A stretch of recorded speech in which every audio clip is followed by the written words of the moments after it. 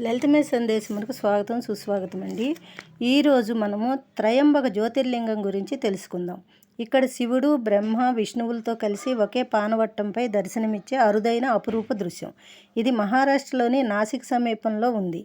పూర్వం బ్రహ్మగిరి పర్వతం మీద గౌతమ ఋషి తన భార్య అహల్యతో కలిసి వారి అనుష్ఠానములు చేసుకుంటూ జీవించేవారు. గౌతముడు తన తపోశక్తితో ఇక్కడ ఒక సరస్సు సృష్టించాడు. వారి అవసరాలకు తగ్గట్టు ఏమి కావాలన్నా ఆ సరస్సు నుంచి ఆవిర్భవించేవి.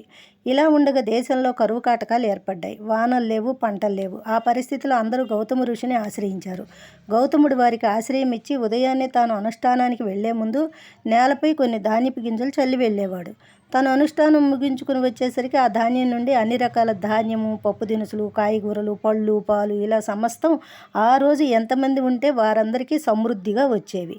అనుష్ఠానం అంటే అర్థం రోజువారీ తను చేసే పనులు అన్నమాట.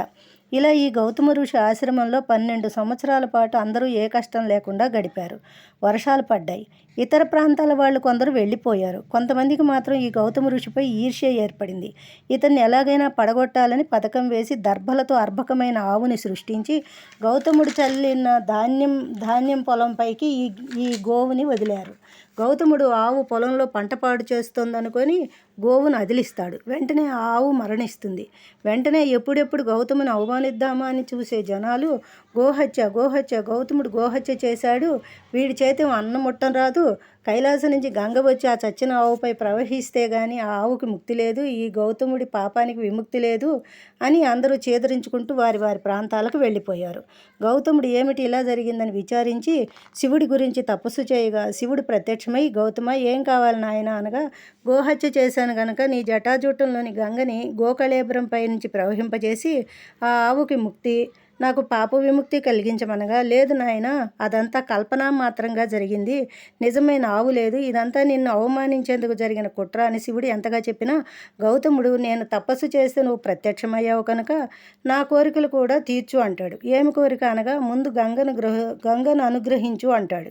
అనగా గోవును చంపాను అనుకుంటున్న స్థలం నుంచి శివుని జటాజూటం నుంచి గంగను ఉద్భవింపజేసి గోవుకి ముక్తిదారి చూపేందుకు పుట్టింది కనుక గోదారి అయింది. ఇది చాలా పుణ్యనది. ఉత్తర భారతంలో గంగ ఎంత పవిత్రమైనదో దక్షిణ గంగగా గోదావరి అంత ప్రసిద్ధి పొందిన అఖండ నది.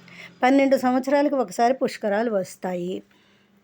గౌతముని ఇంకో కోరిక ఏమని శివుడు అడగ్గా, మీ త్రిమూర్తులు ముగ్గురు ఒకే పానువట్టంపై జ్యోతిర్లింగంగా వెలిసి పూజ, అర్చన, అభిషేకాలు అందుకోవాలని కోరగా శివుడు సరే అని అంతర్ధానమయ్యాడు. ఇక్కడ నంది శివలింగం ఎదురుగా ఉండడు, పక్కన వేరే ఆలయంలో ఉంటాడు. ముందు నందిని దర్శించి తర్వాత ఈశ్వర దర్శనం చేయాలి. ఇక్కడి అమ్మవారు త్రయంబకేశ్వరి మాతగా పేరొందింది. గౌతముని గాయత్రి ఉపాసన వల్ల 12 సంవత్సరాల పాటు ఎడతెరిపి లేకుండా ఎంతోమందికి క్షుద్బాధ లేకుండా చేశాడు గౌతముడు. అందుకని త్రయంబకేశ్వరి మాత గాయత్రిగా, సావిత్రిగా వైభవం అందుకుంటున్నది. ఇంకా ఇక్కడి ప్రత్యేకత ఏమనగా, జాతకంలో పితృదోషాలు, కాలసర్ప దోషాలు ఉంటే ఇక్కడ పరిహారం చేయబడతాయి. దీనిని నారాయణ నాగబలి అంటారు. ఏదైనా కష్టంగా అనిపించినప్పుడు ఈ త్రయంబకం కథ విన్నా, చదివినా, ఎవరికైనా చెప్పినా వారి కష్టాలు గట్టెక్కుతాయని ప్రశస్తి. ఇదండి త్రయంబకం విశేషాలు. ఇంకో జ్యోతిర్లింగ విశేషాలతో మళ్ళీ కలుద్దాం. జై శ్రీరామ్.